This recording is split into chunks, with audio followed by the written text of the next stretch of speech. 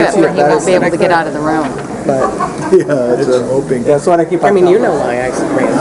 I'm a business owner. Did talk to, It was still very dark in my house they when had I a real called him nice this time in morning. Europe. so. Yeah. I love it. I walked out with 2 different socks. I've gone to aerobics with 2 different singers. I mean, we. And they're like, oh, that's interesting. Yeah, I told him it's I see my kids. All right, it is Wednesday, October 19th. It is 6 p.m. and I am going to call this meeting to order. If we can all please rise.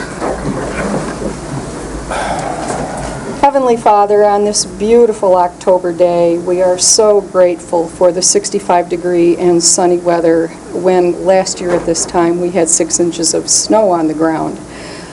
It certainly brings to mind your grace. Amen. I pledge allegiance to the flag of the United States of America and to the republic for which it stands, one nation, under God, indivisible, with liberty and justice for all. Bonnie, if you'd call the roll, please. Klaus? Stay here. Mr. Klaus? Crawford? here. Johnson? Here. Kropa? Here. Lathrop? Here. Wheelock? Yes, ma'am. Max Bauer? Here.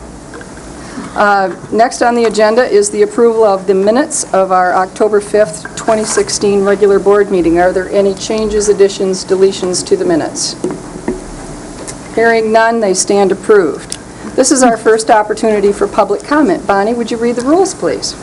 Any person shall be permitted to address a meeting of the Board of Commissioners which is required to be open to the public under the provision of the Michigan Open Meetings Act. Public comment shall be carried out in accordance with the following board rules and procedures. Any person wishing to address the board shall state his or her name and address. No person shall be allowed to speak more than once on the same matter, excluding time needed to answer commissioners' questions, if any. The chairperson shall control the amount of time each person shall be allowed to speak, which shall not exceed 3 minutes.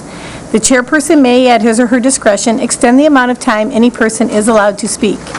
Public comment will be solicited during the 2 public comment periods noted in Rule 5.4, Order of Business. However, public comment will generally be received at any time during the meeting regarding a specific topic currently under discussion by the board. Members of the public wishing to comment should raise their hand or pass a note to the clerk in order to be recognized and shall not address the board until called upon by the chairperson. Bonnie, before we continue, we have a large group out in the back, and I want to be sure that the microphones are on so that they can hear back there, and I don't know how to do that. Did you get him? Can you hear out there? Oh, Okay, all right. I think he heard you, and I think he just turned him on inside the booth. All right, thank you. Okay, public comment. Mr. Colburn. Good evening, Honorable Chairwoman and Commissioners. I thank you for the opportunity to speak this evening. Martin Colburn, City Manager, City of Traverse City, 1615 West Lane, Traverse City, and sometimes 400 this building most of the day. I'm speaking to you in regard to an issue that was brought forward to the City Commission, and it's relevant in terms of the road millage 2016. I know that you have these brochures available and wanted to point out some of the items that are listed as it immediately impacts the City of Traverse City. One of my roles as City Manager is to work with the community, the City Commission, in regard to the needs of the community, and that is, of course, safe transportation circulation within the city. But what it takes also are the resources to do that. So I went forward to the City Commission recently and requested those resources via participation through the item of the dollars through the millage that was approved 3 years ago and is now being requested for an extension of 4 years. I point out that the city has done well over 7 miles of street. It's spelled out in detail of this brochure. It's meant to be educational and informational, and it makes a world of difference. Candidly, without this funding source, the city would not have much of a local street program, so it's really integral in terms of the funding. The good news is we truly are catching up on the streets that were in poor shape, but there's still a lot more work to do, as you can see, plus days like today down on East Front Street, we had a major water break that blows out part of the street. Part of the cost of doing business, but that's the reality is every day is part of that business, and so I wanted to bring it to your attention that I have made that request to the City Commission and respectfully make it known to you. So thank you for your time of listening. Anyone else? Public comment? Mr. Mayor. Hello. My name is Tom Mayer. I live at 612 5th Street in Traverse City. And since this is a larger than usual crowd, I want to make sure that everybody knows that I am on the ballot. I'm running in the 2nd District, which includes this area where this building is, and going west through Traverse City and down into a couple precincts of Garfield Township. So you do have a choice. You can have the incumbent commissioner, or you can select me. And I ask for your vote. Thank you. Thank you. Anyone else?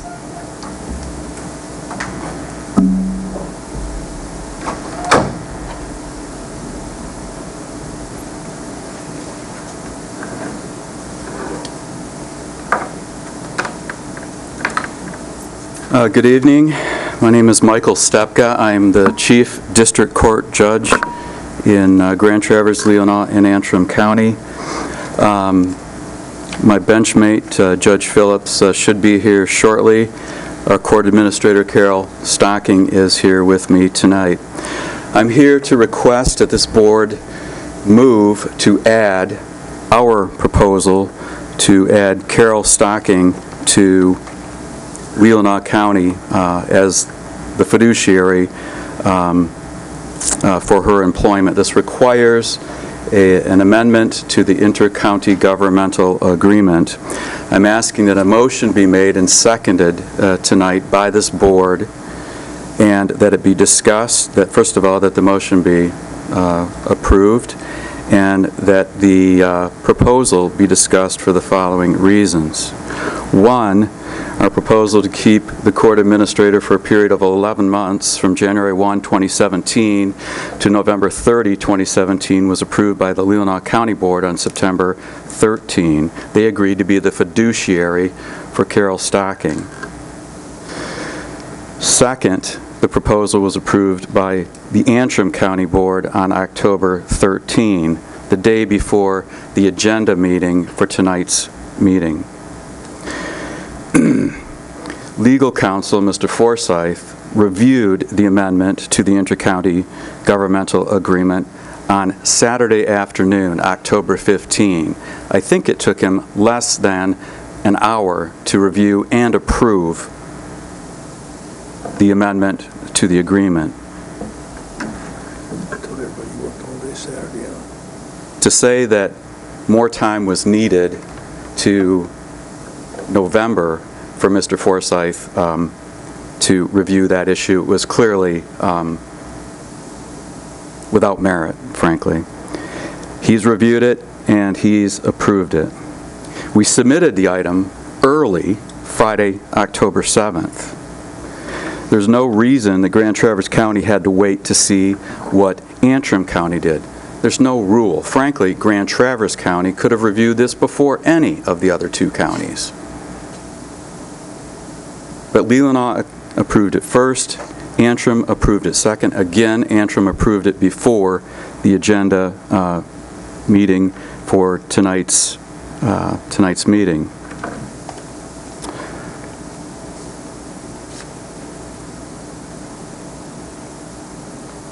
So there was no need to wait. There was actually no need to wait for Antrim to decide this before our request was to be placed on the agenda tonight was heard. There was absolutely no reason for Antrim to approve this first.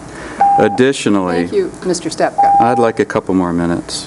Thank you, Mr. Stepka. Would anyone else like to make public comment? Can I have more time? No, you may not. Would anyone else like to make public comment?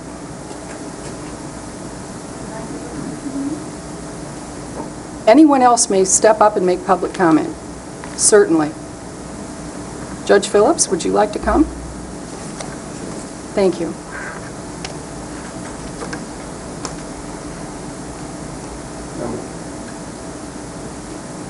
We try to be a good partner.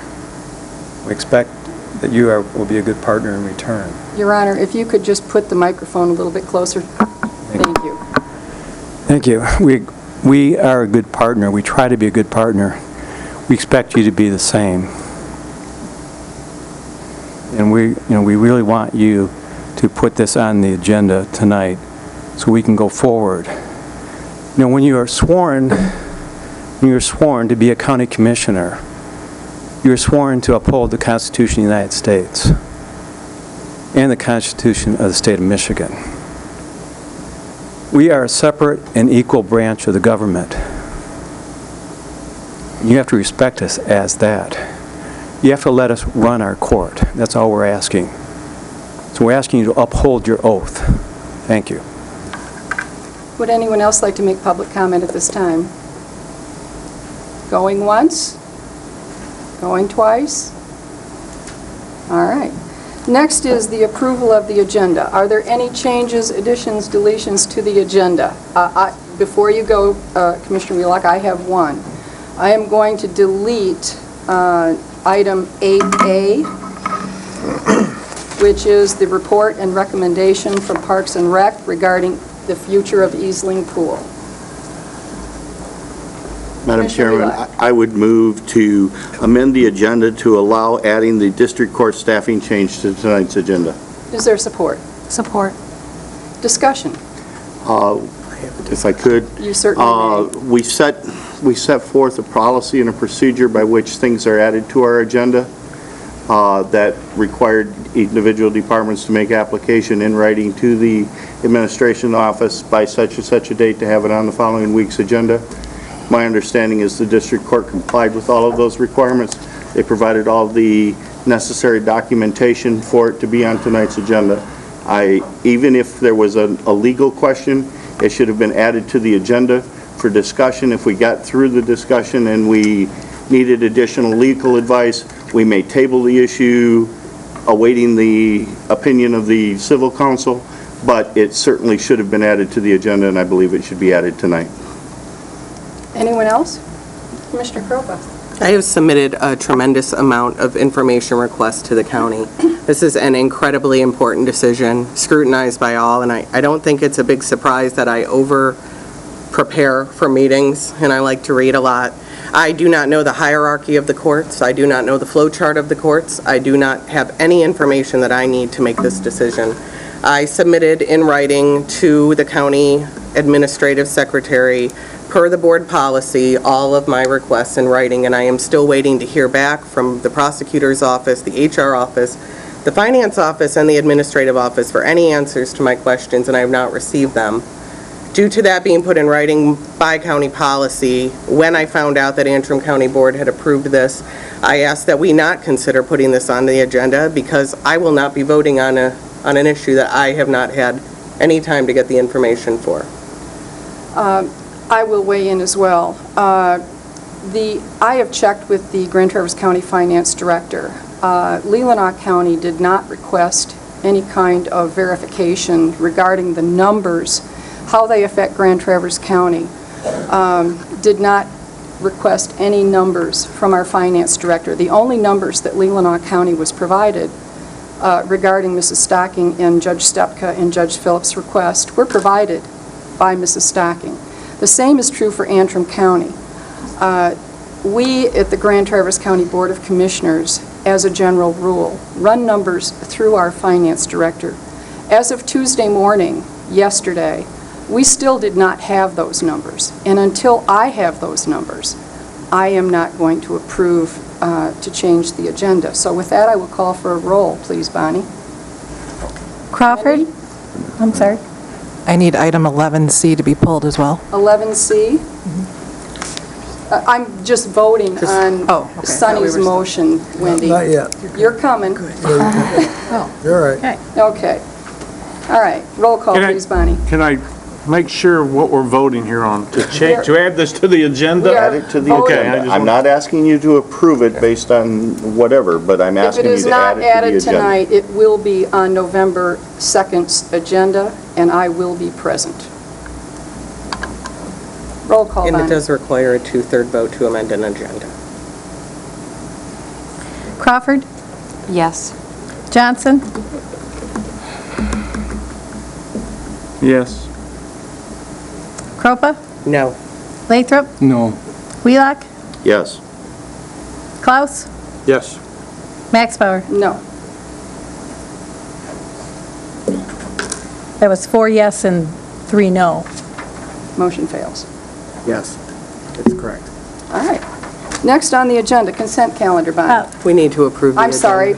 Any other changes to the agenda? Wendy, Now, Wendy. We need to remove 11C 11C. per the request of the Director of All Department right, of Health. I'm going to remove 11C per Wendy Truth's request. And we also removed 11A, or 8A, I'm sorry. 8A. We removed 8A 8A. and 11C. Thank you. Doing the pool tonight? No, I'm trying to. People be here if something wasn't on the agenda. All right, is there a motion to approve the agenda as amended? I make the motion to approve the agenda as amended. Is there support? Support. Support by Commissioner Klaus. Just Mr. Menzel. just a suggestion, I think there may be some confusion as to why it's removed, the 8A, and either you can explain it or I can explain it. There's some people who were here tonight, and they didn't understand why it's being removed.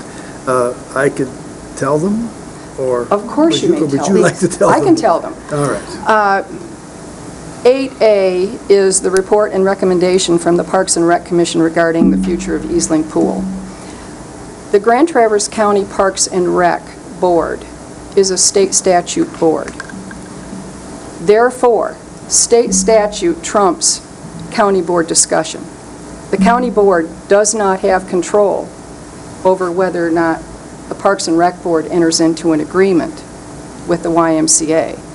The only control, whatever you want to call it, that the County Board of Commissioners has over the pool and over parks is through the budget. Our budget discussion is not this evening. That's coming at a future date. So because state law, am I saying this correctly? Because state law trumps Yes. county jurisdiction in this particular instance, the Parks and Rec agreement stands. Yeah, we don't have to approve it, it's approved. The most we could do would be pass a resolution supporting it. We don't need to do that. You have the jurisdiction to sign the agreement, and you've already passed that, I believe, right? Last week, not we necessarily. unanimously passed continuing on to the agreement for 2 years with the YMCA at the Easling Pool, at our Parks and Recreation Right, Commission. so it's already a signed agreement. Okay? All right, with that, We need to we vote. we do have a motion and a support. All those in favor say aye. Aye. Opposed, same. Motion carries. All right, now, Bonnie, the consent calendar. The purpose of the consent calendar is to expedite business. Jeez, I can't talk today. Let me start over. The purpose of the consent calendar is to expedite business by grouping non-controversial items together to be dealt with by one commission motion without discussion.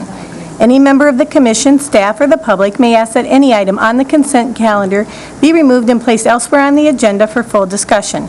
Such requests will be automatically respected. If any item is not removed from the consent calendar, the action noted, receive and file, or approval, is approved by a single commission action adopting the consent calendar. A, receive and file, MSU Extension Annual Report.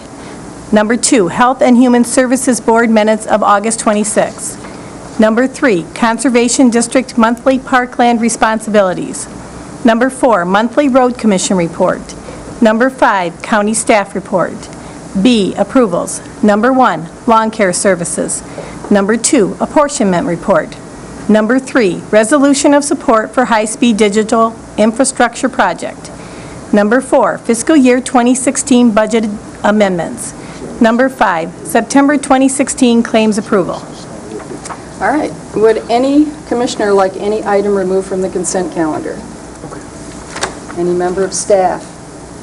Any member of the public? All right, I would entertain a motion for the consent calendar. I'll make the motion. Support. Moved by Commissioner Kroppa, supported by Commissioner Crawford. All those in favor say aye. Aye. Opposed, same. Motion carries. Special orders of business, Health Department presentation, Alliance for Immunization in Michigan Coalition's Outstanding Achievement Award. Wendy.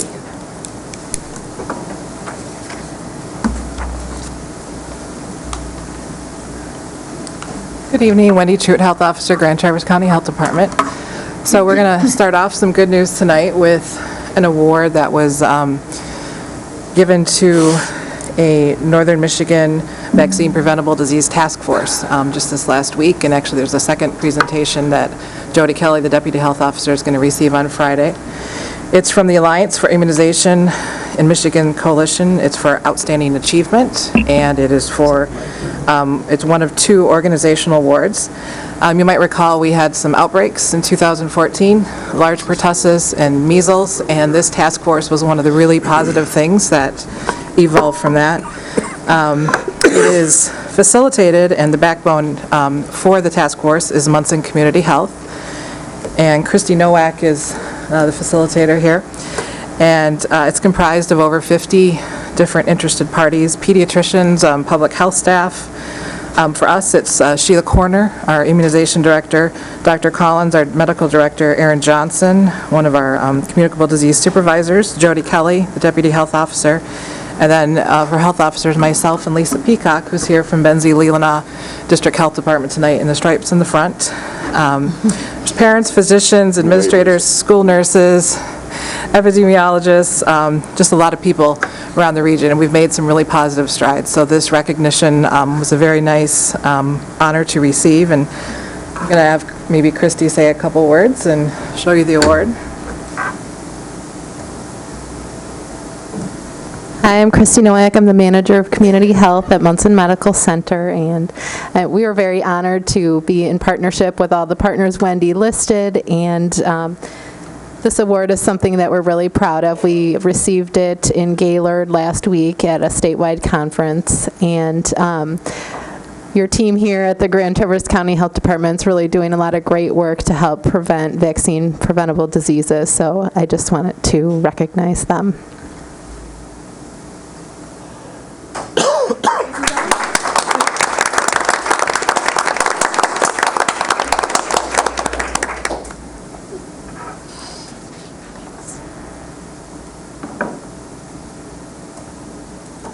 Okay, more good news. Last year about this time, Mike Leahy and I approached the board, and also Benzie Leelanau District Health Department Board and the Northwest Health Department Board with an idea that staff had about partnering together to do emergency preparedness in a better way that was more unified and that was more efficient and cost-effective, and really allowed us to be as prepared as we could across our entire region for any major events as far as public health, emergency preparedness things. Mike, last week, was given the Michigan Emergency Management Association's Award for Exemplary Performance in Public Health Preparedness. He was nominated because of his leadership. He's the regional director for the event, or for the program, and we've made a lot of strides in that program within the last year. There's a lot of hard work going in, and his leadership really was recognized for him individually to get this award. It's been a very successful venture, and it resulted in a health innovation grant that we received as well, and also a nomination for another state award that we'll discuss at the end. So I just wanted to present this to Mike tonight. It's been an honor to work with him and watch him flourish as a director. He's really just kind of taken it and run with it. Some of our other key partners on this program are here as well. Jim Reardon in the front, he's a planner, and then Lisa Peacock again from Benzie Leelanau District Health Department. So if you help me in congratulating Mike on his award.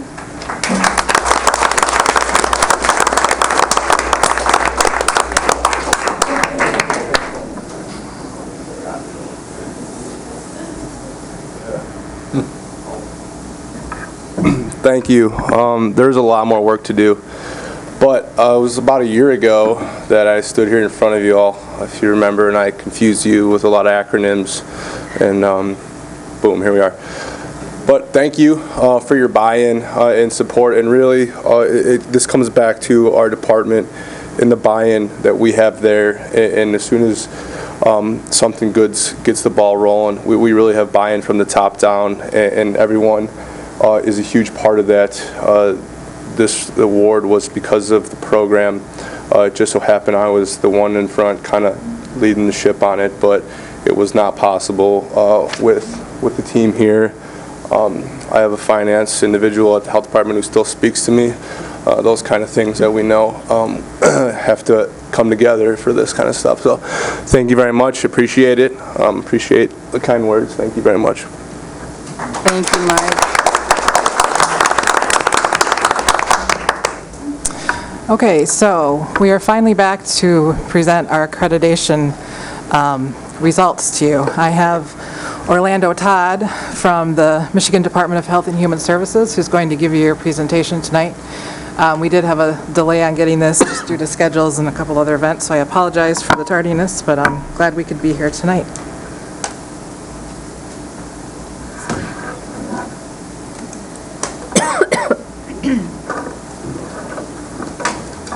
Good evening, and it's a pleasure to be here tonight to present the Accreditation Award to the Grand Traverse Health Department. I think I'm going to be here for about an hour and a half, if that's okay with you all. I'm just kidding.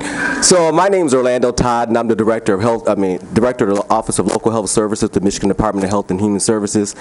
And it's a pleasure to present this award and this certificate to this fine, outstanding health department. And I want to say that because you have a really good group of people here who are really committed to serving this community. But I also want to thank you all because of your support and your acceptance of their many innovative ideas to move forward. So with that, I'd like to present and talk to you a little bit about accreditation. But before I start, I want to make sure I have this right because I'm not always really good with this stuff. Let's see. Okay, Wendy, I may need your help. Okay. All righty. So for many of you, we all know about public health, but we don't really understand public health sometimes because we're prevention focused, meaning that we do a lot of things to prevent some bad things from happening. So some of the things that we do in the health departments and local health is that we talk about make sure that your drinking water is safe. We also make sure that the air is clean, the sewage is contained, and we all want to make sure that we're eating good, healthy food in the restaurants. We make sure children are vaccinated against disease, and we just finished hearing Mike and Wendy talk about being prepared for healthcare emergencies. Family planning, which is never easy to talk about, is also a component of local health services. Screening programs to identify possible health risks. Diseases, we want to make sure that all diseases are investigated to reduce illness. And we also make sure that we have access to services for all. So basically what it is tonight, and when you talk about accreditation, a lot of people want to know, what is accreditation? So the public accreditation is, I need to hear. Okay. Accreditation identifies and promotes public health standards for local public health department. It assures that local health departments protect and improve people's health in their communities, and it has a process to routinely assess performance and improve quality. We also ensure that we have a collaborative cooperation and a spirit between all the agencies who are involved in public health. And we want to talk about the Michigan Public Health Institute, Department of Agriculture and Rural Development, Environmental Quality, our department, and the Michigan Association of Local Public Health is also involved in public health. Everyone has a role in public health. So right now, I'm just going to talk about the government's role in public health. There are three core functions.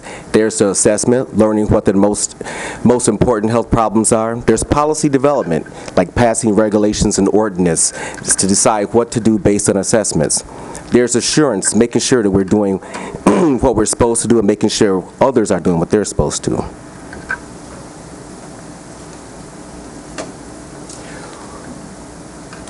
Okay, so what does the Michigan accreditation process do? It evaluates local health departments' ability to meet program requirements and ability to meet those standards. There are three components in this.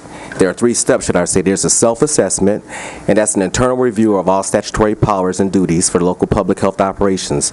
There's an on-site review, which is grueling. It is a week-long process in which all our evaluators come from all of the programs, and there are 11 programs. They come down for a week, and they check every policy, every procedure that's in the health department to make sure that everything is right.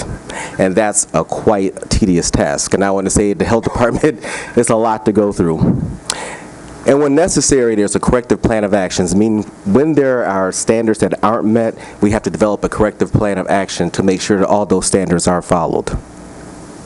There are 11 core services. I always call them, they're also what you call essential services.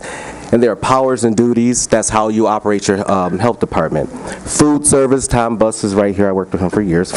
Food service area in the environmental health. Communicable disease control, hearing and vision, immunizations, on-site wastewater, treatment management, HIV and STD, family planning, WIC, which is Women, Infant, and Children's Special Health Care Services.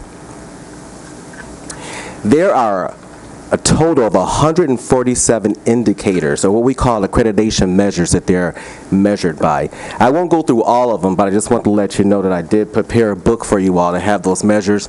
It's not all the measures. It's actually this presentation that includes all the measures, so you can kind of have them, because I kind of go through things kind of quick here for the essence of time. So as you can see, most of these measures are written to Michigan compiled laws. It's making sure that all laws are implemented and enforced that you have jurisdiction over. And also, one measure is also going to make sure that we talked about that investigations are conducted in a timely manner according to law. So out of the accreditation results, it is good to say that the Grand Traverse County Health Department met all 147 indicators, 145 essential indicators, and 2 important indicators. There are no corrective action plans needed, and there's a lot of special recognition. I will beat over some of those comments later. So that being said, that means scoring 100% on all of those 147 indicators. That's quite a feat. And so with that, I would like Wendy Trude and her staff to stand so we can all give them a hand for their achievement.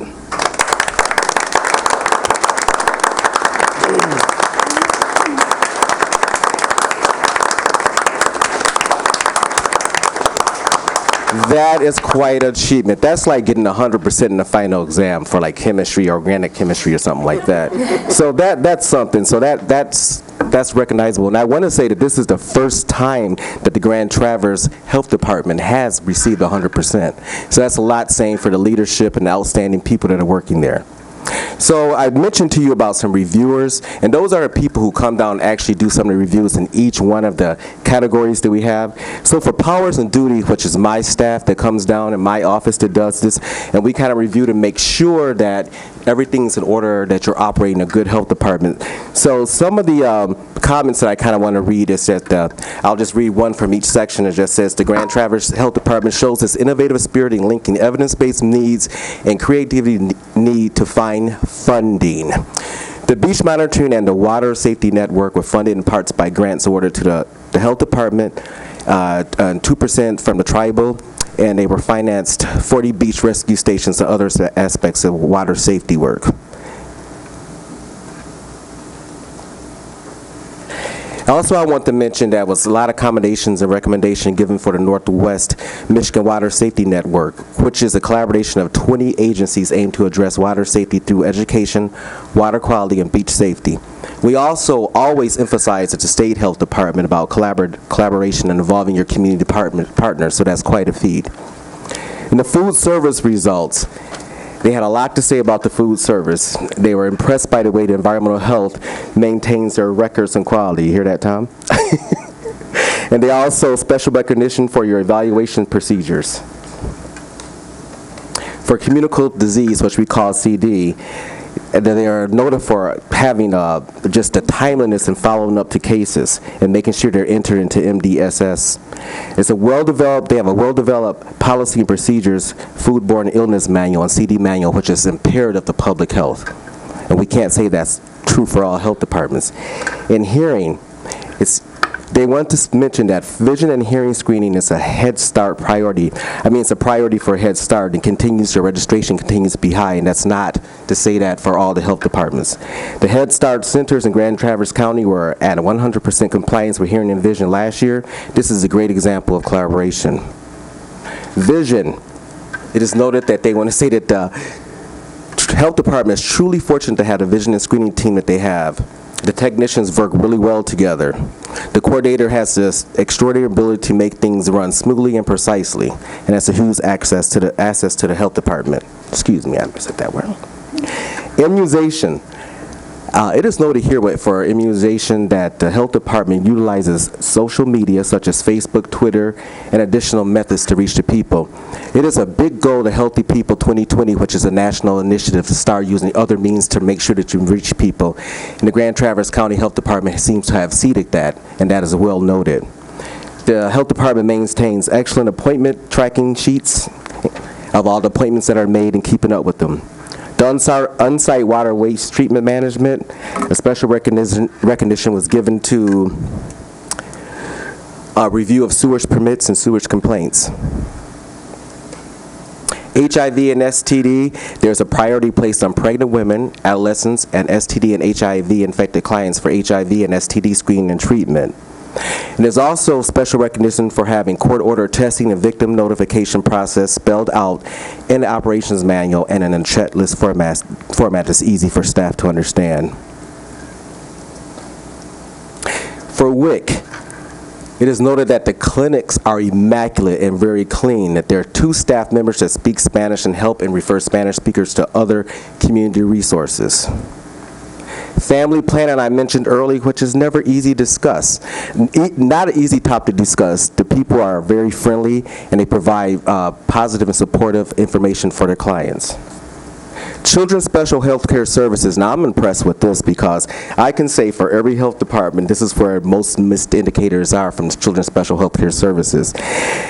And they felt that the health department demonstrated innovative and comprehensive methods to implement the privacy provisions of HIPAA through policies, actions, and procedures. And that's usually where people have the most missing indicators. And for them to score that high on that is impressive to me. The overall results that the reviewers have many good things to say, and it's noted the Grand Traverse Health Department is innovative, proactive, and empowers all staff to do their job to the best of their ability. The accreditation review confirmed that all aspects of the health department is high quality work by very dedicated staff. So once again, I would like to just thank everyone at the health department and thank you for your support and everything that you do to protect and promote the health of people here in Grand Traverse County. So I'd like to give you a hand once again.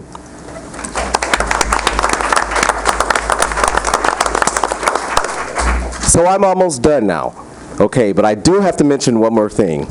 So each year at the Michigan Department of Health and Human Services, we have what we call the Director's Award. The Director's Award was established in 1983 and presented annually to a local health department in recognition of excellence in public health. This year's award recognizes local health departments have implemented and are currently implementing innovative programs, interventions, or policies that contribute to a positive outcome in the health status of the community, demonstrate a spirit of collaboration, of integration and sharing, demonstrate evidence-based decision models that ensure effectiveness, are sustainable and replicable in other communities, and demonstrate a new innovative public health initiative. The local health departments who program best meets the selection criteria is presented with $1,000 and a traveling trophy. Also, the health department's name will be displayed on the permanent plaque at MDHHS. The first runner receives $750 and the third runner receives $500. And this year's winner goes to the Grand Traverse County Health Department, was chosen as the winner of the 2016 Directors Award for their outstanding leadership in the Northern Michigan Regional Public Health Emergency Prepared Team, which was just discussed with Mike. So with that, I'd like to present the traveling trophy. The traveling trophy.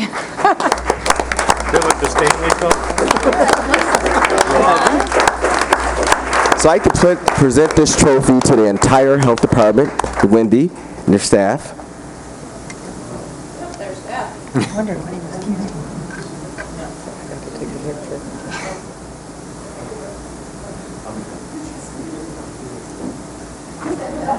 Can we all touch it at once? You're looking for the beer, aren't you? Oh, yeah, she's getting that good.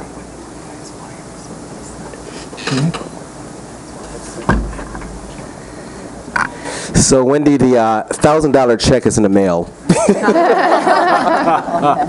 along with the plaque. So once again, I'd like to thank you for your time and for your support. Thank you.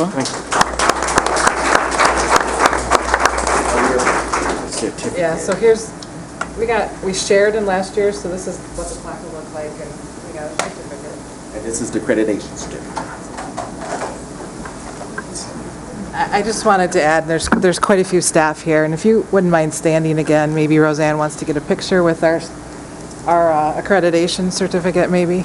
But I can't tell you how hard this team works to really make a difference in the lives of the community, and they do with everything that we do in public health. And it's a really strong team of dedicated professionals, and it's an honor to come and work with them every single day. We worked really hard to empower them and make them, help them to succeed as much as they can, and they're really the stars. Accreditation isn't about me, it's about them and all the work that they do. So you need to know that and recognize that. Thank you, Wendy.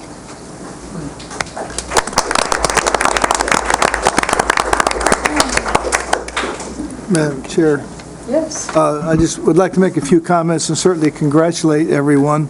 But it's certainly clear that Wendy, in her leadership, creates the kind of work culture that's innovative and creative and allows people to really develop, allows the Mikes of the world to go out and find ways to add value and enhance their brand. And that's really true leadership at the department level. So, and we need some good news around here, so thank you for bringing it to us. You've done a great job, and you and your staff, but it takes someone like yourself in a leadership position to allow that culture to permeate success. So good for you. Thank you, Wendy. Okay. Next on the agenda, the Road Commission presentation. Mr. Cook. Do we have to applaud for Jim? No. Just do a whoop whoop.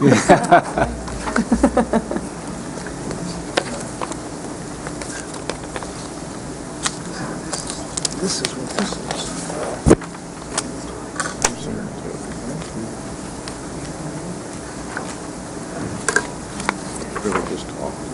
is. No, really, I've done this before.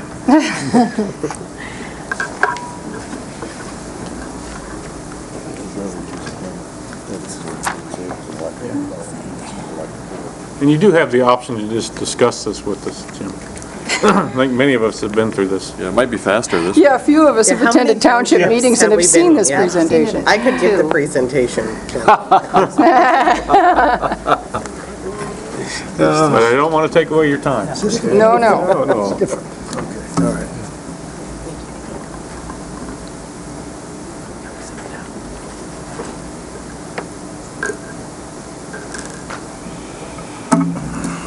Okay, good evening. Jim Cook, Grand Traverse County Road Commission, and thank you very much for putting us on the agenda tonight. So tonight I'm here really just as a reminder. The board was gracious to put our request for a millage renewal on the ballot for November 8th back in March. There were some questions that were asked when we asked to have it put on the ballot, and one of the questions was, what did everybody else do with those millage funds? So I'm here tonight for the board and also for the public, really just a quick summary of what we've done over the last 3 years with the millage. So just as a reminder, November 8th, it is on the ballot. A lot of people have questioned, who actually benefits or receives funds from the millage, and so the Grand Traverse County Road Commission, of course, receives the majority of the funds from the millage, but the City of Traverse City, the Village of Fife Lake, the Village of Kingsley, and also the DDAs receive funds from the millage, and ultimately our residents benefit. The what is, it's a 1 mil, as the city manager had mentioned, it's a 1 mil per year for a period of 4 years is what the renewal request is a 4-year renewal. And the reason that we're asking voters to consider approving that millage request is we really want to continue our momentum that we've developed over the last 3 years as far as fixing local streets, roads, and bridges. So a question that always comes up is how much money does the millage generate? And it generates approximately $4.5 million a year. The City of Traverse City receives between $750,000 and $800,000 a year. The Grand Traverse County Road Commission receives $3.6 million. The Village of Fife Lake receives just under $9,500 a year, and the Village of Kingsley receives somewhere between $15,000 and $16,000 a year. And again, when I've talked to the townships, the real benefit, the $3.5 million that we receive from the millage is really a big boost for us, because what it does is it frees up general fund dollars, which allows us to provide those 20% matches for state and federal funding. And so we get that $3.5 million from the millage, but in the first year we did $5.6 million in projects, the second year we did $10 million in projects, and then this year we did over $11 million in projects. And the reason is simply that now we have approximately $3.5 million in general funds that we can put towards state and federal matches to secure grants, because the way state and federal funding works is we have to apply 5 years in advance. We have to know 5 years from now which road's going to be our priority. We have to put it on the list, and in 5 years they come and they say, hey, congratulations, it's your turn. Do you have the 20% match? And if you don't have the 20% match, your money goes to another county. So that's why the millage is so important. It also provided additional general fund dollars. It's made general fund dollars available so we can do much better maintenance on our existing roads. Ditching, shoulders, gravel roads have seen a huge improvement over the last 3 years. So hopefully everybody's familiar with this sign. The one thing that we've done is for every road projects that's funded by millage funds, we put these signs together. I want to say there's about 35 of them, and we circulate them. We move them around the county every year to identify to our voters and our residents which projects are being funded by the millage. So you should see these, and they're still up for this year. So I gave everybody a pamphlet, educational pamphlet, and it's basically a report card. It actually accounts for the millage funds, what's been done over the last 3 years for the City of Traverse City, Grand Traverse County Road Commission, the Village of Fife Lake, and the Village of Kingsley. And so I have a summary here. Basically in 2014 we did about just under 42 miles of roads in the county with $4.1 million, which we considered millage funded projects. In the city did 2.4 miles and they invested $750,000. The Village of Fife Lake, they did about 3/4 of a mile of road improvement. They were actually pretty lucky, and they received some state and federal funding as well. So they actually invested $342,000 into road projects in 2014. The Village of Fife Lake actually had a 3-year project where they did almost 1.25 miles of road projects, and they invested $347,000. And again, if you consider what they receive, $15,000 to $16,000 a year, and they invested $347,000, they were also able to get some state and federal funding for additional funding for projects. In 2015, we did just under 23 miles of millage-funded projects at $5.5 million. The city did 2.7 miles of projects, and again, a little over $750,000. Village of Fife Lake, they did over 2 miles of road projects, and at a cost of $9,450, which is exactly what they received. And again, the Village of Kingsley had a 3-year project. This year, we did 21 miles at $3.8 million, and again, that's just millage-funded projects. The city did 2.7 miles, $780,000. The Village of Fife Lake did 5.3 miles at $21,000, and again, the Village of Kingsley had a 3-year project. That's about as quick as I can go. There's also a list of projects that we have planned. There are priority projects from 2017 through 2022. As always, we're overachievers. We have about $24 million in projects planned, and 4 years of millage isn't going to give us $24 million. But again, we can put general fund dollars with that, and we can really, really make a difference. So for 2017, right now in our budget, we have Straight Road, we have Prouty Road, North Arbutus Road, Summit City Road, and Bluff Road. And again, those are just millage-funded projects. We also have state and federal funded projects, like we're doing another section of South Airport Road from Garfield to Lafreniere. So we have probably about 5 of those types of projects as well, state and federal funded. And ultimately, I think, what everybody should realize is in the last 3 years, we've taken our road system from 34% being rated fair to good condition to over 58% are rated fair to good condition now in 2016 with our final projects that we did this year. So again, the millage has really made a huge difference for us. I think the other question that we had back in March was, well, geez, Jim, why do we need a millage when we got all this additional road funding from the state? Because they did pass a road funding package back a year ago. And that will be great. That will be great if it happens, if we see 100% of that funding. We will see it start to, it'll start to kick in 2017. It's a 5-year plan. It won't be fully funded until 2021. When it's fully funded, we'll see about $5.5 million in general funds, additional general funds, which will be great.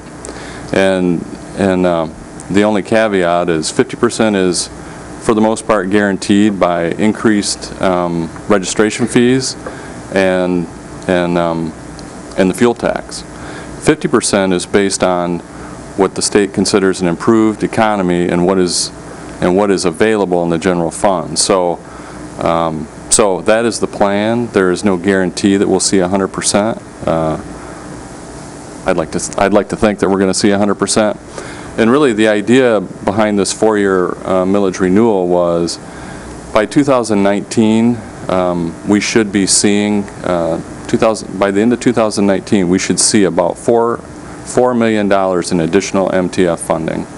And so the idea was, is if we could get a millage renewal, we could sort of stay status quo from now until then, and then by 2019, 2020, we'll be receiving as much as we're getting in the millage right now. And so it'll be, at that time, that'll be up to our board, I guess, to consider, would they want to do another renewal request? Would they want to do less of a request? Or maybe they wouldn't want to ask for a request. But anyway, that's our plan, is just to get us through 2019 so we can continue the momentum that we have now. So if you have any questions, let me know. I do. Okay. Dr. Lathrop, why don't you go first? And well, just an interesting question. How many miles of roads do we have in the county? Do you happen to know? Yeah, we maintain over 1,200 miles of roads in Grand Traverse County, and I would say about 230 miles belongs to MDOT. So we actually own, maybe 1,025 miles of roads in the county. We've affected, with the millage and with our state and federal funding, just in 3 years, we've done 131 miles of road projects. So, it's going to take us a while to get to the 1,200, but we've really got a good start. Wow. Jim, my question is, last time the millage was in front of voters, the city voters truly made the difference on whether or not your millage passed or not. And I'm not seeing what the city's planning on doing on this list. Am I missing it? No, it's not on the list.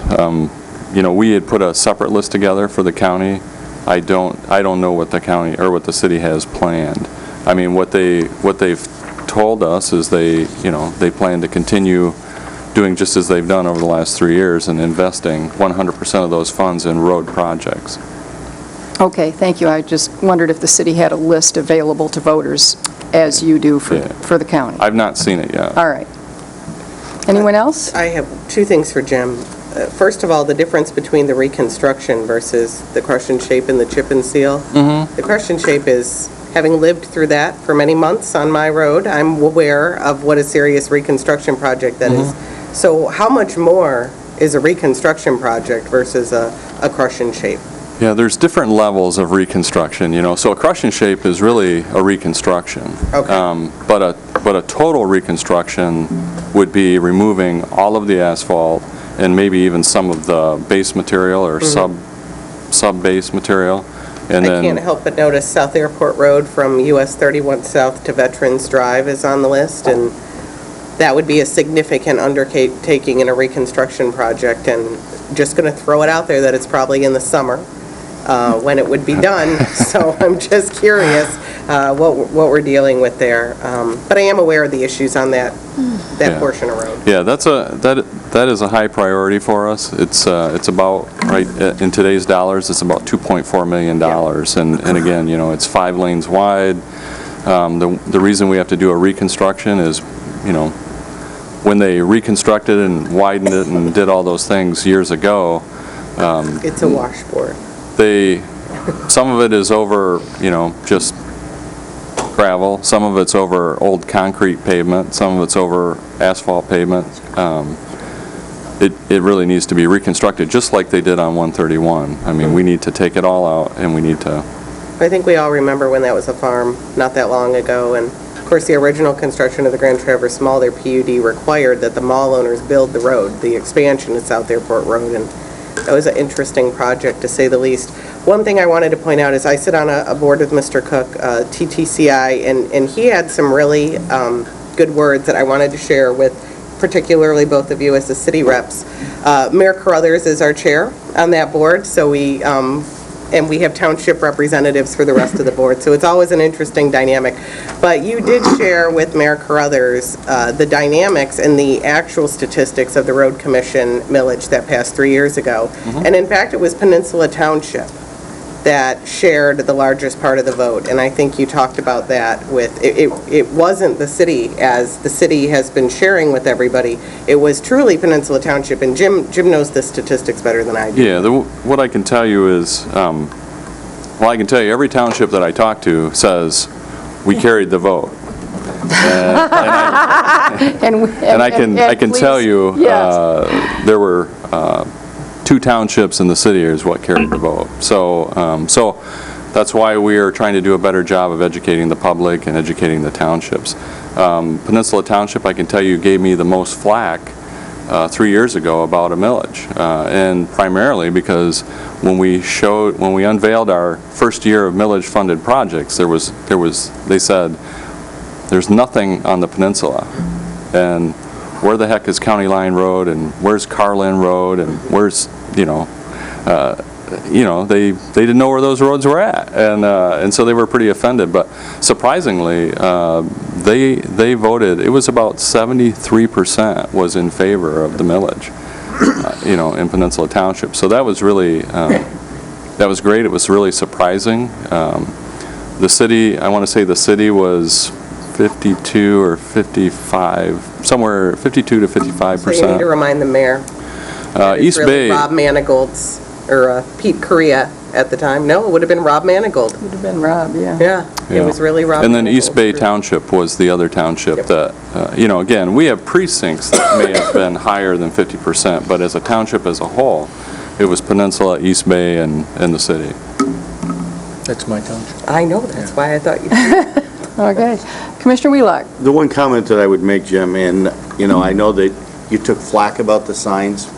And, Oh, yeah. And it was ridiculous, the amount of flack that you took over the signs and spending money to put signs up. But I can tell you, in my district, in Long Lake Township and Green Lake Township, there was a huge amount of work being done out there because we had a huge amount of need out there. And those signs are absolutely amazing to people when they drive down the road and realize that you know, the road's a whole lot better, and it wouldn't be that way if we hadn't voted this millage. And I think that's what I'm telling people, at least from my perspective, is go drive down Cedar Run Road, go drive down North Long Lake Road. These projects would not have been completed without the millage money.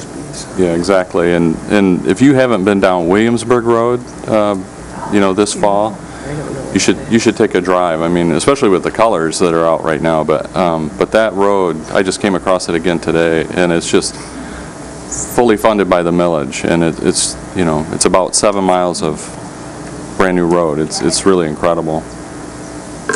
Okay. Anyone else? It wasn't new when I came down it about 3 weeks ago. All right. Thank you. Thank you. Jim. Thank you. Okay, we have no items removed from the consent calendar. Departmental items, we have removed item 8A, which brings us to item 8B, dog license revenue increase for 2017. Our county treasurer. Heidi Sheffy, County Treasurer. I brought before you, last time I was here, I was asked to look at the dog license revenue. Obviously, with the issues with the animal control officer, we're looking to solely fund the officer with dog license revenues. I've compared with other counties and kind of brought them in line, and before you is the proposed change and increase in the fees. I'll make note, we are, the puppy rate, hoping, the point of the puppy rate is to kind of get people's names in the system to know who has a dog.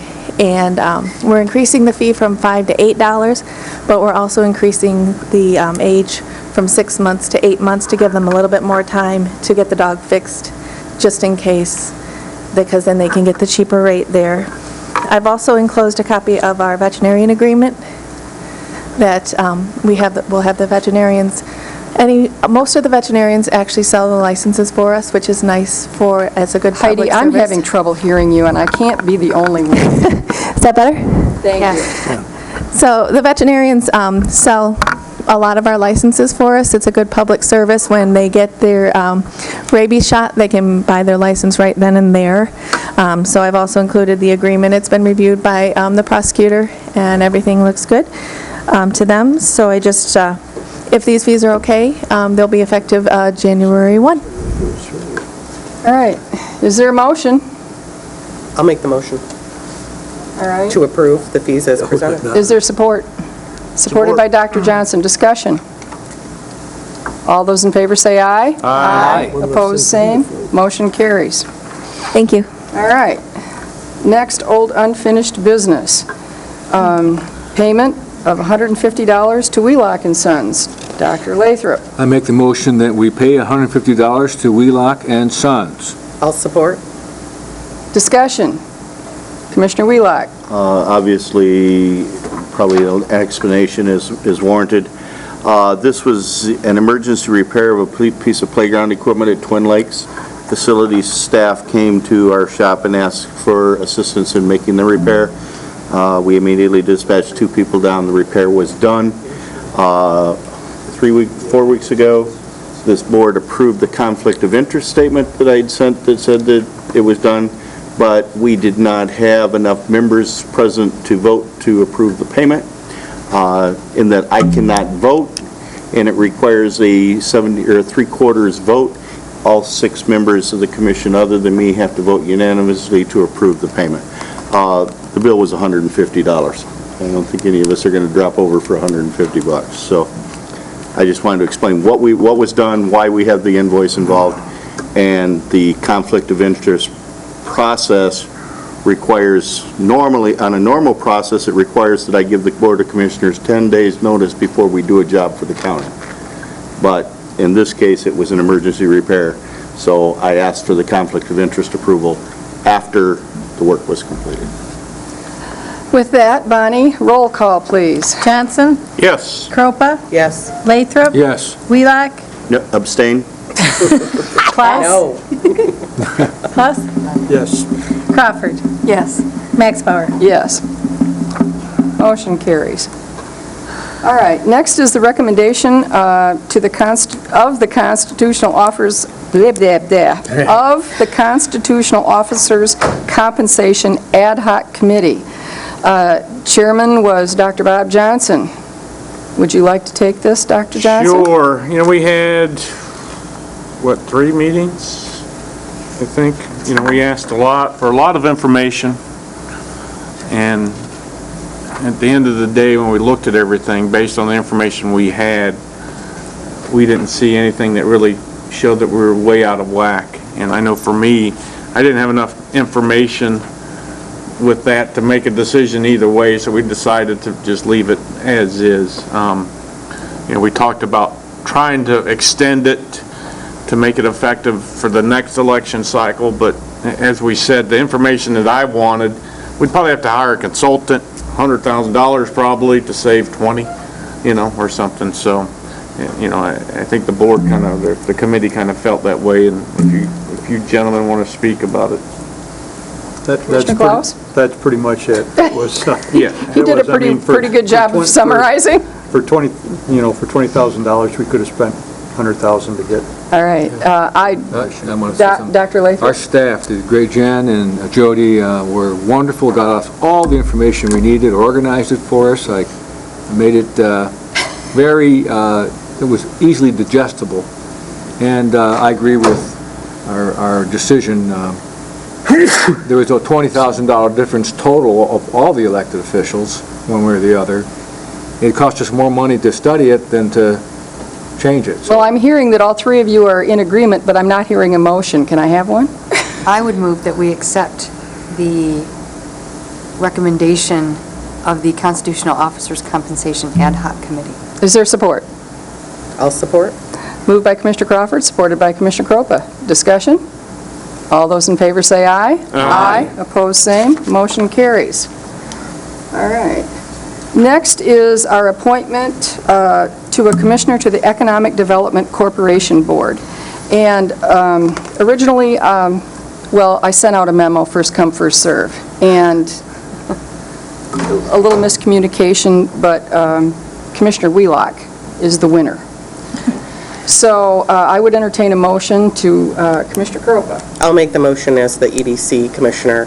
Our board has chosen to follow a path of appointments of business owners and those with long-time connections in the community.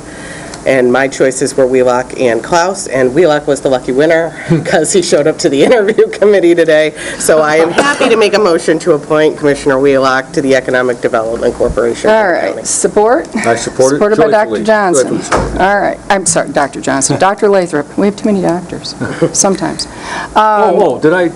No, you're fine. You just volunteered for another board. You're not, yes, we're just, okay. Discussion. All those in favor say aye. Aye. Opposed, same. Motion carries. All right, appointment of ad hoc committees to perform interviews. All right, let me flip my pages here. Going faster. I know I've got it in here somewhere. Yes, I do.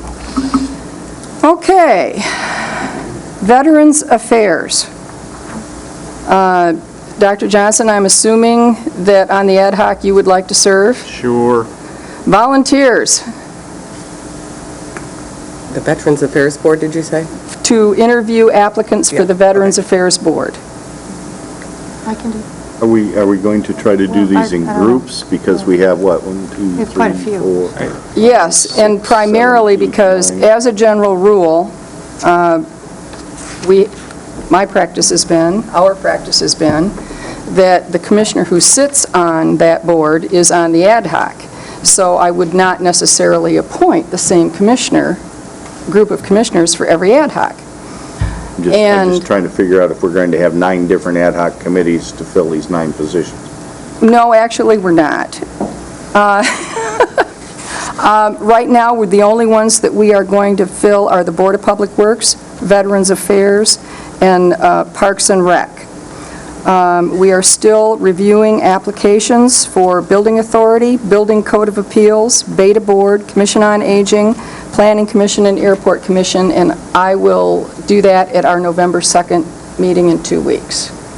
And Commissioner Klaus, you mentioned that you may or may not be gone November 2nd? I will be gone. Okay. If there are any boards that you are particularly interested in, please email staff, who will put it in the packet so that we can all see what boards that you are interested in serving on, as far as ad hocs go. Okay. So veterans. I'm sorry, I had Dr. Johnson, Commissioner Crawford, who else? Dr. Lathrop, thought I saw your hand up. Okay. Yep. I'll do it. I'm pretty sure I saw that. You've been huge in veterans, as, you know, the Dembski true, I have, Cross, yeah. so it fits. Okay. Board of Public Works, Commissioner Klaus, Commissioner Kropa, Dr. Lathrop. You're okay with Board of Public Works, Ron? All right. Parks and Rec, I am the board's representative on Parks and Rec, and Dr. Lathrop and Commissioner Crawford. Thank you. Are we all set? Yes. Okay. Next, appointment of Deputy Medical Examiner. We pulled that one. Oh, I'm sorry. I did cross it off. All right. This is our second opportunity for public comment. Did we add, did that pass? Thank you. I'm Tammy Rogers, 3508 Scenic Hills Drive in Williamsburg. I'm also the magistrate in the district court. So what I heard earlier regarding the health department, we're not here, but congratulations. That's a wonderful achievement. And what I heard Mr. Menzel say was that there was a culture of leadership, there was a culture of support and respect in that organization which brought about that success. I'm here to tell you that what you heard tonight as well from the district court judges is that same culture. They have worked very hard trying to make sure that we will be successful. We have a key person who is going to retire at some point, but she has been very key in making sure that our organization performs as well as we do, in my opinion. I'm hopeful that the county board will treat us with the same respect as we will treat you, that we will be good partners in the coming months, that we will get the agenda item placed in November. If there's anything that we can do to assist in providing any other information, financial information, I'm just hopeful that the county board will thoughtfully and carefully and respectfully consider our request. Thank you very much. Tammy, it will be on the November 2nd agenda, and staff is committed to giving the board the appropriate information to move forward on an educated decision. Thank you, and once again, if there's anything that we can do to assist, we would be happy to. Thank you. Thank you very much. Anyone else?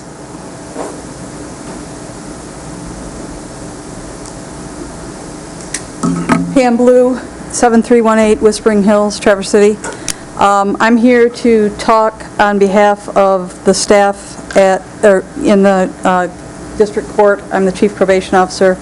I will state a lot of the same things that Tammy said. Carol Stocking has been an integral part of getting funding for us for many of our specialty courts, the newest one, the drug court. She has researched, she has written the grants, and she's obtained the grants, which we wouldn't even have these programs today if it weren't for her. So I just hope that everybody can show some respect and realize what assets we are going to be losing yet again if we let her go. Thank you. Thank you. Anyone else? Okay. Commissioner reports. Dr. Johnson. I went to Fife Lake last week, this week, I can't keep last week. Friday. I've been gone all week. So, MDOT did a presentation. Jim was there too, Jim Cook. They're going to put a traffic light there at the intersection of 186 and 131. It'll be towards the end of 2018. They kind of estimate. They looked at several options, doing a rotary or roundabout, but the cost of that was pretty prohibitive because they would have had to purchase more property and whatever. So hopefully you'll see that as they get more into the planning stages. You know, it's needed there, I think. Now, is that as they were saying, is that the answer to it all? No, but you know, it'll help some. It's a it's a rough area there if you ever go through it to try to turn, because you have you got two exits coming out of the gas station, you've got traffic, going both directions, and especially in the summertime, it's a very tough intersection. So MDOT is doing that. That had been in the works for quite some time. It wasn't just a reaction because of the accident and the deaths, but I think that helps. So, also, obviously, I'd be remiss to not mention the veterans millage will be on the ballot. Of course, that's a personal decision for everybody, but I personally support the millage, and I think our office, the Veterans Affairs Office, needs it to help expand. So, that's all I got. Anyone else? Commissioner Kroppa. The Northwest Michigan Housing Summit is at the Haggerty Center on Monday, the 24th. It's an all-day event, so probably not a lot of people want to spend the whole day at it, but there is a legislative breakfast for some elected officials, and some will be speaking, and it'll be a good thing. But the Housing Summit, I believe, still has tickets available, and it is probably one of the most important, if not the most important issue that we face here in Grand Traverse County is finding housing. So I hope people show up to that. And on another note, I wanted to say that I appreciated the front page paper today, which I don't say very often.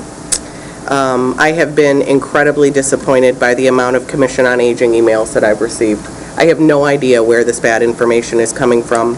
As a county commissioner, we filter bad information on a constant basis, but whoever is behind what is going on at the Commission on Aging, I have to express publicly my extreme disappointment.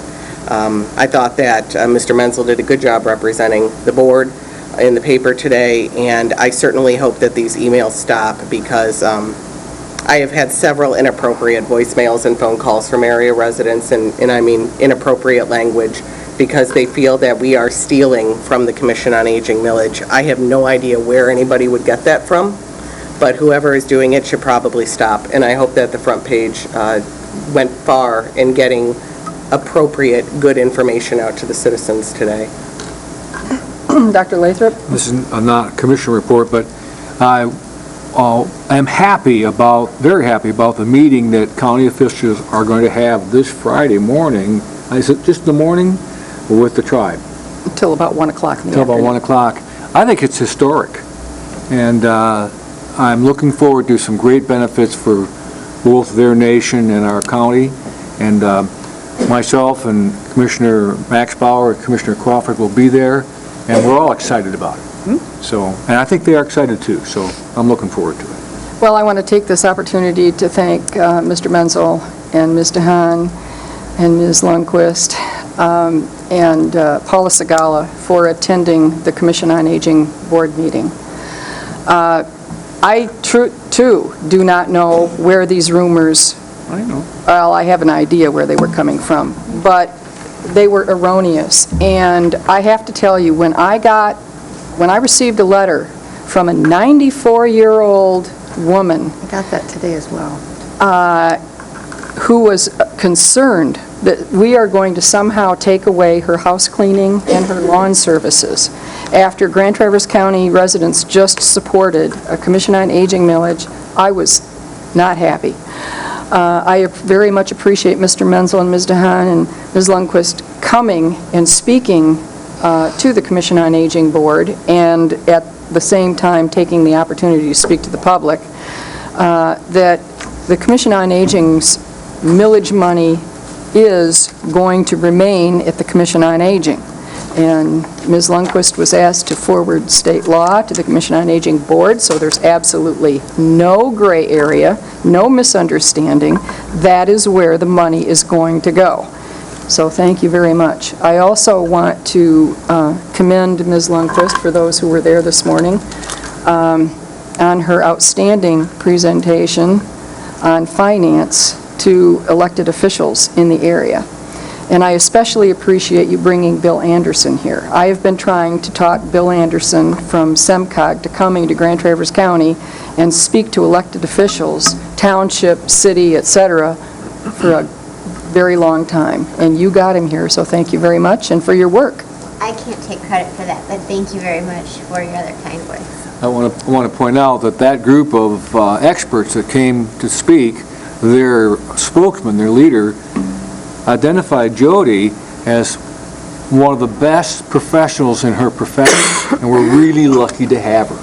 So, and he was truly sincere about that. He's worked with her several times, so I'm glad you're with us. All right. Right. Dr. Johnson? And I just can't be quiet, I guess, so. I know. That board owns that issue.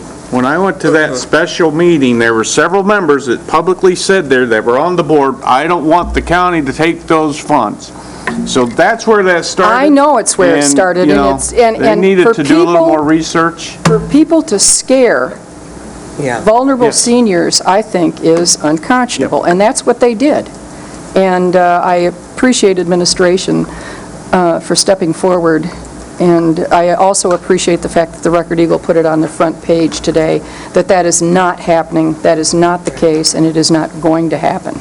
It's not even legal to take millage money and use it for a purpose other than what was intended in the election.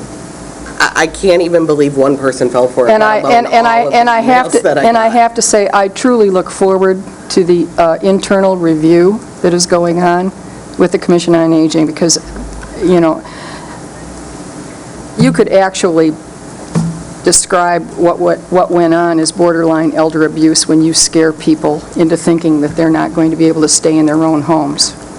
Commissioner Wheelock, you got anything? Just one little piece. Depending on results this weekend, University of Louisiana Monroe may make its first conference tournament in their history. If they do, I will not be here on November 2nd.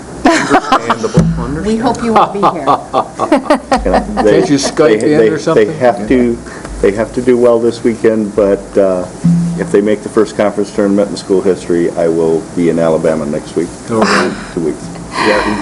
The public should know that he has a special connection with the head coach there. It's his daughter, if you don't know. For those that don't know, my daughter is the head women's soccer coach at the University of Louisiana. Wow. Well, we'll cross our fingers. Anything else? I have one thing, ending this meeting on a positive note. As you know, the National Cherry Festival is near and dear to my heart, and it belongs to a group called the International Festival and Events Association, and it's quite an exclusive group. Scottsdale's Fiesta Bowl, the Kentucky Derby Festival, Pasadena Tournament. It's all the big tournaments of the world, and they have an award called the Emergency Preparedness and Risk Management Award. The Cherry Festival has never won that award before, and it's called the Top Gold Honor. And it did win it this year. And the reason they won it was that Craig Bird, our emergency management coordinator for Grand Traverse County, crafted the plan for that in conjunction with the Cherry Capital Airport in the city. But he was the project manager and put all that together and really did a nice job. And I think he needs to be recognized for that, because now this Gold Pinnacle Award recognizes and elevates the National Cherry Festival as a festival worldwide, is now known as one of the safest festivals globally, and it's due to one of our employees, Greg, and the hard work he did in putting the plan together. So I wanted to make sure everyone was aware of that. I'm glad you mentioned Greg Bird. Wendy, several months ago, I asked Mr. Bird for a review of our AEDs. And he did an outstanding job of reviewing where we have these located, where we could add them, the dates, how many were out of date, et cetera, et cetera. I would like to write a grant request to replace the ones that need to be replaced. Okay. And I would like help. All right, I can convey that. Are you thinking a 2% grant? I'm sorry? Are you thinking a 2%? Yes, Okay. I am. I want to comment on both of those things.